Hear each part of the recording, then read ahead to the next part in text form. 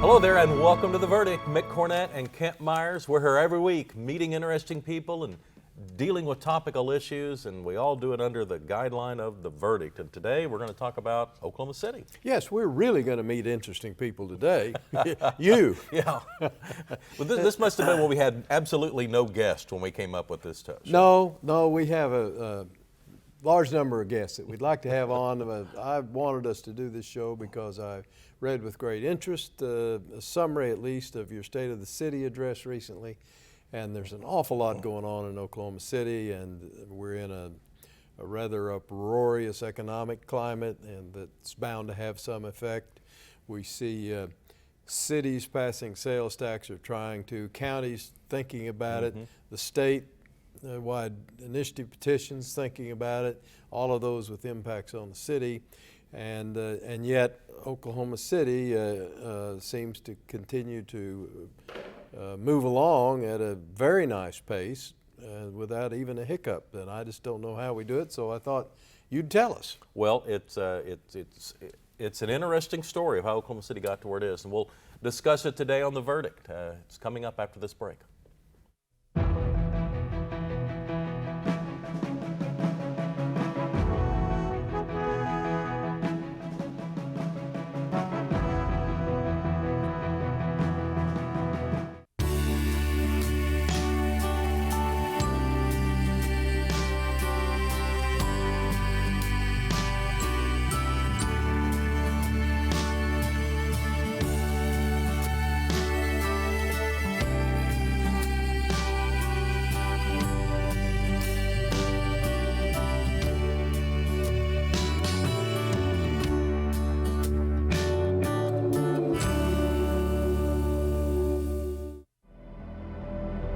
What I can offer is insight into understanding the Native American art, how these artists are expressing themselves as cultural people.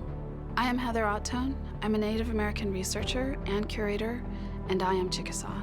I can remember in first grade the teacher saying, "Well, you're so lucky you don't look Indian." That was difficult to hear because it was what I was. It's what I am. I think there's a renaissance going on amongst the tribes. I think the Chickasaws are leading that. We didn't die. We're not gone.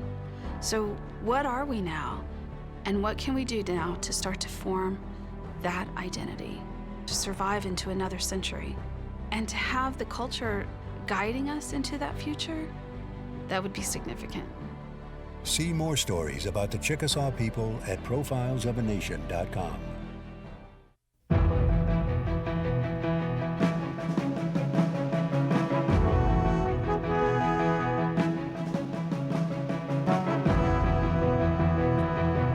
Welcome back to the set of The Verdict. Mick Cornett with Kent Meyers, and this is usually when you introduce the next guest. And today we're just going to kind of have a discussion about Oklahoma City, and so it's a little bit different than most of our shows on this. It is. Well, we'll just kind of have a conversation like we do often. Yeah, off the air. Off the air. Well, first of all, for our viewers, and I had to ask to make sure I was right about it, although you and I have been doing this show for, in a couple of months, it'll be 15 years. I was unsure about how many years you had actually served as mayor, and I think the number is 12. Yeah, 12 years, and this term will be complete, it'll be 14. And that will set a record, will it not? It will. There's been 3-term mayors who have served 12 years, Street and Patience Ladding. And Ron Norick served 3 terms, but one of his terms was 3 years, so he actually served 11 years in his 3 terms. Well, I read with great interest, as I say, a very good summary of your State of the City address where you covered a lot of topics. But one thing that struck me, and which was really the reason I wanted us to do this show, which is a little out of the ordinary for us, the city seems to be pretty resilient. Good things get better. Things that aren't quite so good seem to recover more quickly. How did we get in Oklahoma City to where we are today? Well, it is a remarkable story, and I think people that live in Oklahoma City sometimes need to be reminded of how far we've come. I don't know that any city in American history has come as far as fast as we have, because you don't have to go back that long. I mean, 20 to 25 years ago to find a city that might have had the worst economy in the country. Former Mayor Ron Norick likes to tell a story. He used to get on an airplane and somebody'd say, "Where are you from?" And he'd say, "I'm from Oklahoma City." And they would get this blank look on their face, like they didn't know what to say next. It wasn't a negative reaction. It wasn't a positive reaction. They just didn't know what to say. And we just had really no national identity. There was nothing positive to associate us with. We hadn't really protected the brand Oklahoma City, and with a sinking economy, we really didn't have a whole lot going for us. And so there was a turning point in around 1990 was when we put an incredible incentive package on the table for United Airlines to build a maintenance facility. And after a year of his life, Mayor Norick and Governor Walters working on it, and all these incentive dollars placed in front of United, we finished second to Indianapolis. And when we pushed United for an answer, what we heard back was we just couldn't imagine our employees living in Oklahoma City. It was a reflection of the quality of life in our city had sunk so low. We'd been so value conscious that it didn't seem like a place where a business could grow because they didn't think they could attract the talent to work at the facility. Yeah, because those are high-paying jobs. Yeah, presumably. they were blue-collar but higher-paying jobs. Absolutely right. And so that's when Mayor Norick came up with the concept of MAPS. And there'd been some ideas about projects that ought to be funded, kind of circulating. It wasn't like all 8 or all 9 of these projects came from nowhere. But it was a monumental switch in attitude in Oklahoma City. So in MAPS, you had the ballpark, the sports arena, the canal, the dams that put water in the river, some improvements on the fairgrounds, some transportation, a new library, and all of these, kind of inclined to build the quality of life. And it's different because that's when we realized that really the secret to economic development was the quality of life you offered your citizens. And when MAPS was going to the election, and it was really tough to know whether or not MAPS was going to pass or not. Norick's kind of final pitch to the voters was, even if no one ever comes here to create a job or moves here because of MAPS, the worst case scenario is we'll have a better city for us. And so it was kind of a common sense quality of life request to the citizens to invest a penny on the dollar sales tax for 5 years and build these projects. And as the anecdotal evidence after that is just extraordinary. Of course, people have heard me say over and over again that it barely passed, but today you can't find anyone who will admit they didn't vote for it. But obviously there were a lot of people that didn't vote for it in December of '93. But ultimately, it changed everything. And you look back, and because we were struck with the emotions of the Oklahoma City bombing in April of '95, and at that point, MAPS was more controversial than successful. It was behind timeline, and it was over budget, and things weren't going well. But we were so fortunate in then trying to rebuild both the physical aspects of the city and the emotional psyche of the city in the late 90s, that the MAPS projects had already been voted in, the penny was already being collected, and the city staff was engaging the architects and engineers to execute the program. Well, let me ask you this. How did the city leaders, if you know, I'm sure, because although it was before your time a little bit, how did the city leaders decide what was going to be included in the original maps? How did they know to create in this area we then called Bricktown, and still do, but it wasn't near like it is now? Well, a ballpark, put water in a river that people thought you were just going to run a hose in it and then run water in it. And see. Well, it took vision. I mean, some of the improvements, for instance, to the Civic Center of Performing Arts was to kind of appease those who love the arts. Now, those people that love the arts didn't necessarily love sports, but to get their arts improvements, they were going to have to support the new baseball stadium. Norick was talking about, potentially becoming a major league city and building this, this sports arena to NHL or NBA standards. He dreamed big. That's the fortunate thing in all of this. And there was just some deferred maintenance out at the fairgrounds that needed to be taken care of, and we had a transit system that was underfunded. But it was all kind of a political cataclysm to try and generate enough support overall that could get to 50%. The other thing that was going on in that era was the effort to diversify our economy. We'd been so heavily influenced by oil and gas in the 1980s. We saw how the cyclical that industry can be and how it just devastated our state's economy. And so we started making investments in areas like aviation, trying to tap into the opportunities that Tinker Air Force Base created for us. We also saw opportunities in the biomedical field and medical research, and we knew that those jobs were higher paying. And with the MAPS projects came opportunities in tourism, which aren't necessarily job creators. There's jobs there, but they're not typically wages that are above the regional average. But it comes with economic development, because it's real easy to see economic development if someone earns $1 outside your city and they come spend it in your city and then they leave. They left it here, and so your city can grow with tourism, and we have a tourism industry that we really didn't have before. Well, yeah, when folks would try to decide where they'd take a convention, Oklahoma City wouldn't necessarily be on the top of their list. First of all, we didn't have hardly any hotels to house anybody. Right. We do now. We had one downtown hotel, and it was struggling to stay open, the Sheraton. And of course, now we have 12 hotels. So fast forward, Mayor Kirk Humphreys comes in after that, pushes an initiative to rebuild the inner city school system, which again elevates the quality of life. Investment in 75 neighborhoods. That's MAPS 2. That was MAPS for kids, but MAPS 2. That's right. Right. And investment in neighborhoods that hadn't had new investment in a long, long time. And so again, elevates the infrastructure and kind of sets us up for this explosive growth pattern that's happened over the last 10 years. And so what I think is different about the economy today, Oklahoma City's economy, that is different from, say, 2008, 2009 when the energy prices slumped, or 2001 when the national recession hit, is that there is so much diversification in our economy, so much construction. It seemed to me that in those previous downplays of the oil business, that construction kind of stopped in Oklahoma City. If you were about to break ground on a project, you'd probably wait. And if you were already constructing, you might slow it down because you weren't in any hurry, because you didn't necessarily know there'd be any business when you completed the project. But for the most part, the construction industry has enough confidence in Oklahoma City, and I should say the banking industry has enough confidence in Oklahoma City to continue to put outside capital into our community and complete projects. And so that's why you see so much construction. Our request for building permits is starting to trend downward just a little bit, but it's nowhere near the trajectory that we typically have seen in the past. It doesn't match the trajectory of the price of oil. It's certainly not.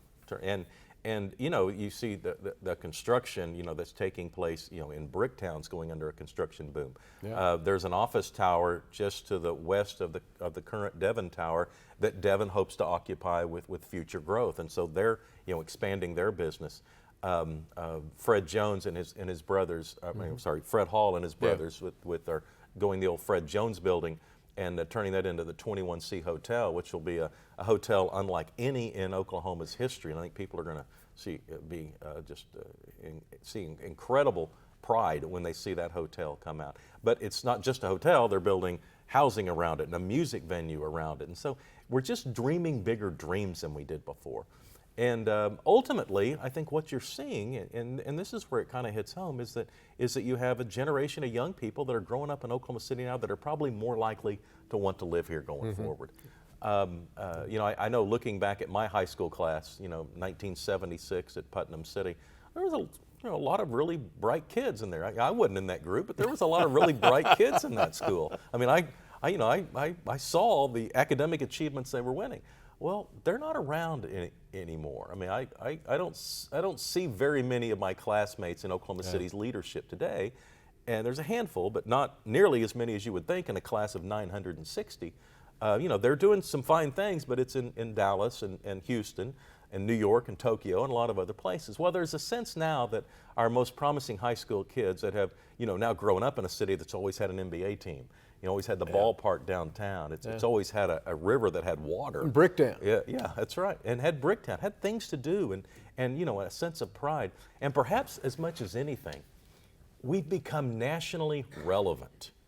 And I think in this generation that's so media driven, that kids have their phones and all the social media that they're connected to, ESPN and MTV. The idea, you've got to have some sort of connection in pop culture to the national story that's going on. And I think Oklahoma City is finally getting that. We need to get to a break. We need to get to a break. Okay, let's get to a break. But that's all very good. We'll keep talking when we get back on The Verdict. The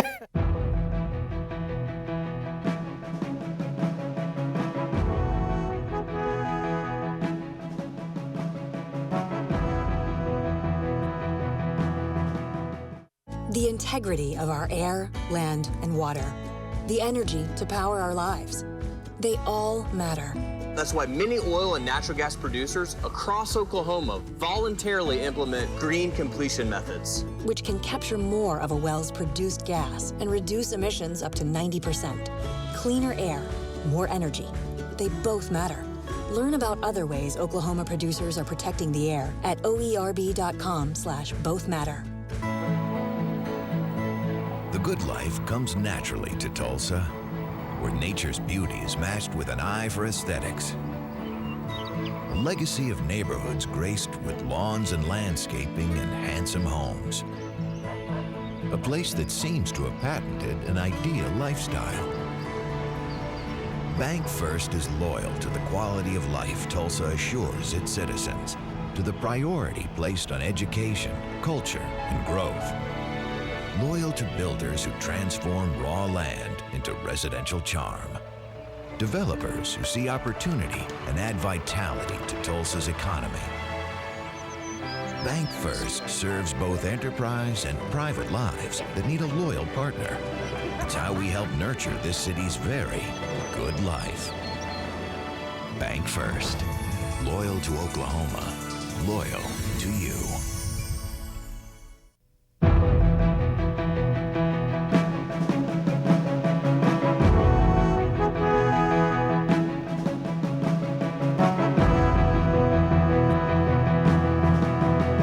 Welcome back to the set of the verdict. Mick Cornett Kent Meyers. Today, just kind of discussing things amongst ourselves about Oklahoma City.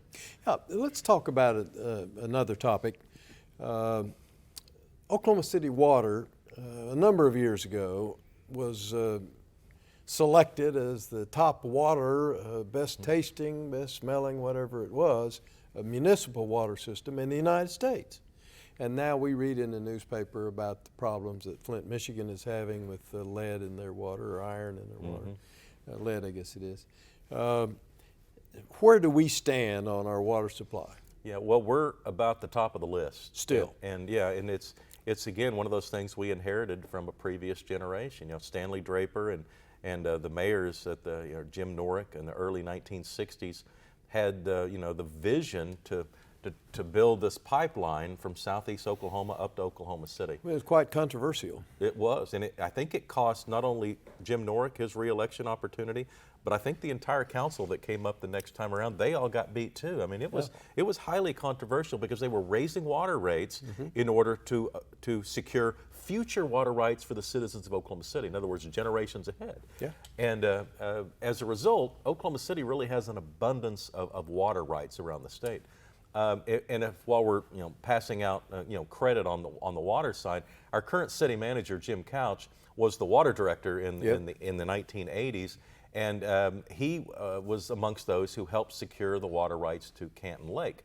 And so now we have a water resource on the western side of the state, or the east, and to accompany the eastern side of the state. And so if one side of the state's in a drought, we have other water sources to rely on. And so with the quality and the quantity of water are discussed and kind of gauged between one community and the other, we're about as well set up as any community can be. And Jim Couch is now the city manager. He's taken the proactive step of leading the council to securing rights in Lake Sardis, which is another reservoir in southeast Oklahoma. And that really sets us up for, we believe, the rest of the century. So we're trying to establish water rights that will help our children and grandchildren in the same way that the previous generation set it up for us. I guess cities dry up as water dries up. Well, it's hard to grow if you don't have water, and a lot of the North Dallas suburbs are facing that now.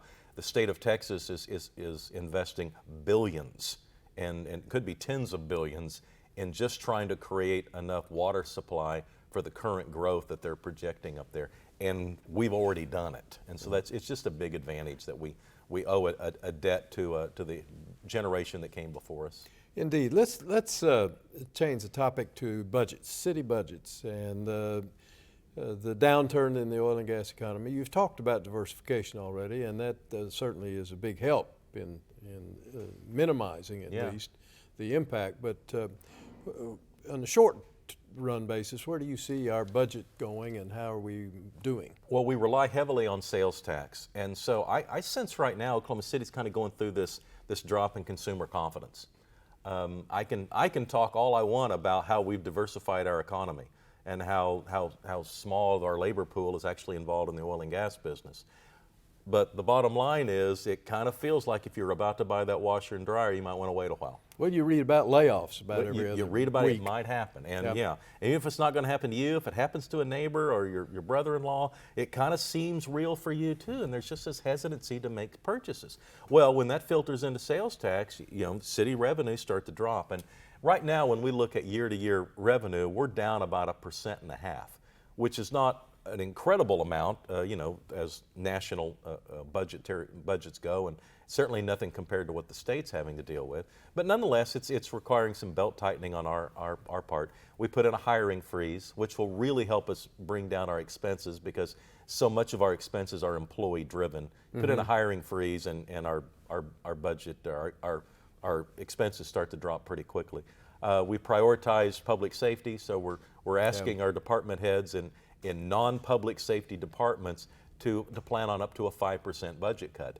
I think it's more of a budgetary exercise on the city manager's part right now. I don't think we'll have anything close to a 5% budget cut in those other departments, but there probably will be some sort of a budget cut across the board in areas that aren't police and fire. We will try to fund them fully. Yeah, while the past is prologue, and we wanted to learn about the past so that we can kind of predict what's to happen in the future. What's on the drawing board right now in the city? It may not be on the drawing board, it may just be in the mind. Well, one thing that hadn't opened yet is GE's Oil and Gas Technology Center. And so, just to the northeast of downtown, they're building a world-class research center for the market of energy, but on the technology side. And so, the oil and gas industry is really morphing into a technology industry. And we've always kind of looked at that innovation district in that part of the city as largely medical research and research in those areas. And now we're expanding it into energy research. And I suspect, as with all of GE's other research facilities around the world, this is going to have kind of a catalytic effect. You'll see other industries and other companies wanting to be around GE. So, we still have to invest in some of those, those basics. We underfund education.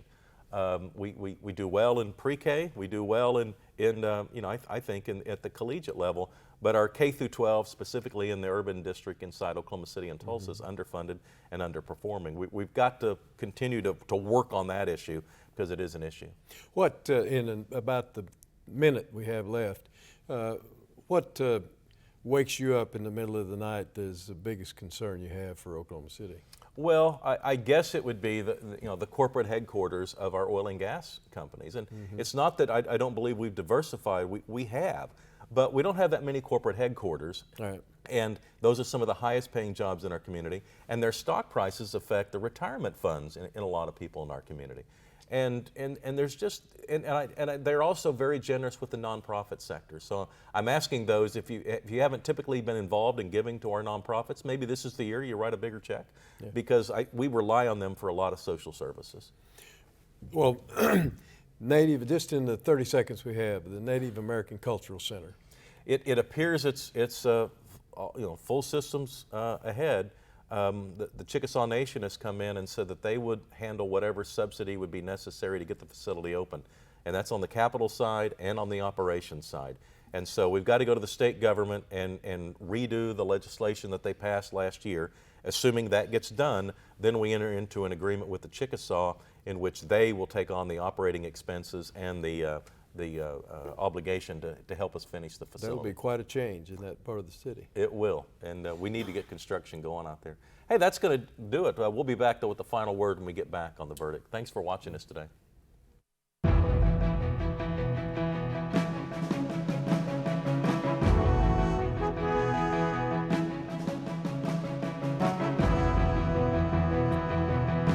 There are now 11 million of us who live here and work here.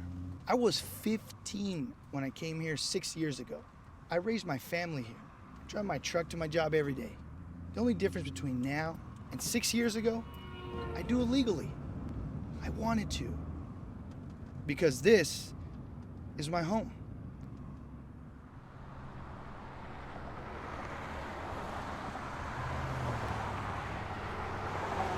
All children deserve a life of hope and love, but sometimes they experience a life of pain, neglect, and abuse.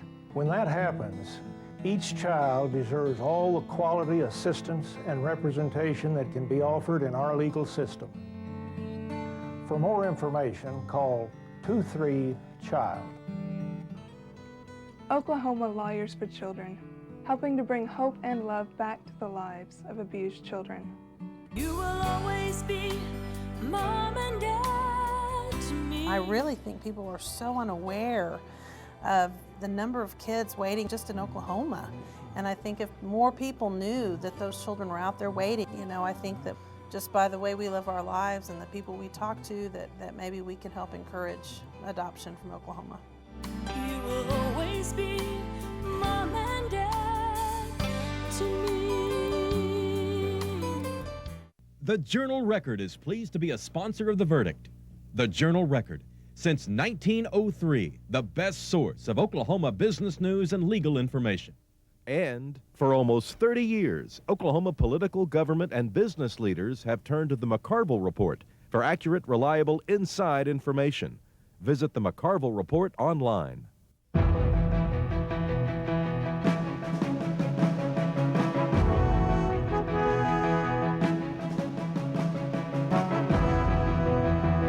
Welcome back to The Verdict. Kent and I have just been kind of talking about Oklahoma City today. Yeah, it's great to chat with you. I don't get to see you as often as I'd like to. It's like a neighborhood meeting. By the way, we just talked about it before the show began. Happy Valentine's Day. Thank you. We missed that, mentioning that. You put together with a great deal of effort and help from others, I know, but primarily it was your effort, the documentary, The Boom, the Bust, and the Bomb. And it's a great documentary about the last 25 years or so of Oklahoma City, which our viewers can find on okcmovie.com. I appreciate that. And Thank you. You'll need to give us the Verdict website. It's getting a great acclaim around the country. I appreciate it. Oklahoma City, The Boom, the Bust, and the Bomb. And our website, theverdict.tv. We'll see you next week.